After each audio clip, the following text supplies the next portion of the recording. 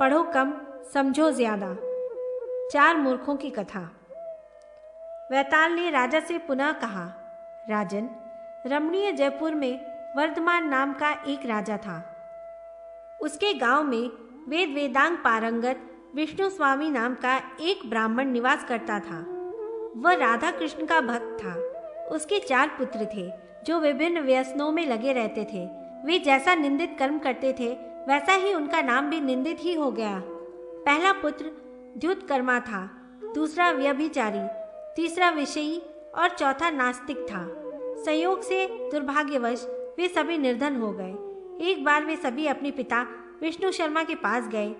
उन लोगों ने विनयपूर्वक उन्हें नमस्कार किया और कहा, पिताजी, हम लोगों की लक्ष्मी कैसे नष्ट हो गई? पिता ने कहा, द्युतकर्म धन को नष्ट कर देता है। यह पाप का मूल है।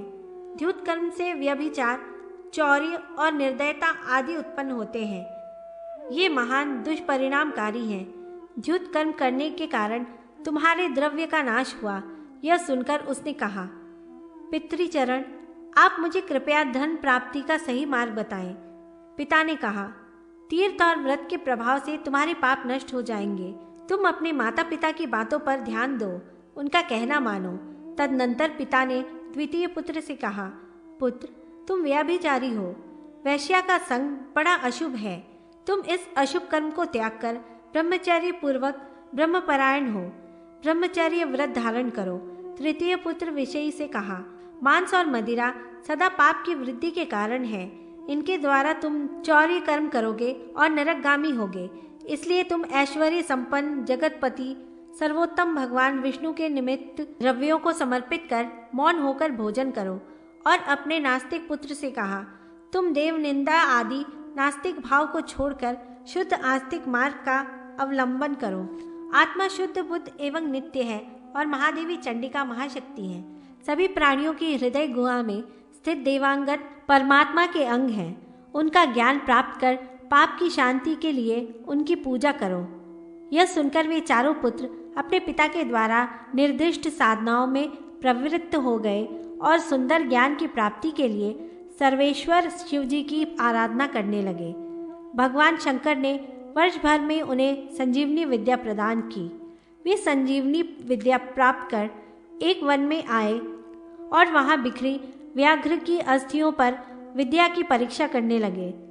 प्रथम पुत्र ने मरे हुए व्याघ्र की अस्थियों को एकत्र करके उस पर मंत्रपूत जल छिड़का। उस मंत्र के प्रभाव से वे अस्थियां पंजर रूप हो गईं। दूसरे व्यभिचारी पुत्र ने उस पर मंत्रपूत जल छिड़का, जिसके प्रभाव से वह पंजर मांस और रुधिर से संपन्न हो गया। विषयी पुत्र ने उसके ऊपर अभिमंत्रित जल छिड़का। फलस्वरूप त्वचा और प्राण उसमें आ गए। सोए हुए व्याघ्र को जीवित करने के लिए नास्तिक पुत्र ने जल छिड़का। मंत्र के प्रभाव से जीवित होने पर उस व्याघ्र ने उन सभी का भक्षण कर लिया। वैताल ने राजा से पूछा, राजन, अब आप बताएं कि उन चारों में सबसे बड़ा मूर्ख कौन था? राजा बोले, जिसने मरे हुए व्याघ्र को जिलाया वही सबसे बड़ा मूर्ख है। इस उत्तर से वैताल अत्यंत प्रसन्न हो गया। वैताल ने पुनः राजा से कहा, राजा विक्रमादित्य, भगवान शंकर की आज्ञा से ही मैं तुम्हारे पास आया था। अनेक प्रकार के प्रश्नोत्तरों के द्वारा मैंने तुम्हारी परीक्षा ली और तुमने सबका बुद्धिमत्तापूर्ण उत्तर दिया।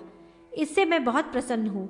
तुम्हारी भुजाओं में मेरा निवास रहेगा, जिससे तुम पृथ्वी के समस्त शत्रुओं को जीत लोगे। दस्युओं के द्वारा सभी पुरियां, विविध क्षेत्र, नगर आदि नष्ट कर दिए गए हैं। इसलिए शास्त्रों में बताए गए परिणाम के आधार पर पुनः उनकी रचना करवाओ और न्यायपूर्वक पृथ्वी का शासन करो। तुम्हारे राज्य में पुनः धर्म की स्थापना होगी। इतना कहकर वह वैताल देवी की आराधना का निर्देश देकर वहीं अंतरहीन हो गया।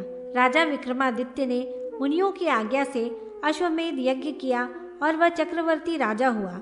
धर्म पूर्वक राज्य करते हुए अंत में राजा विक्रमादित्य ने स्वर्ग लोक प्राप्त किया।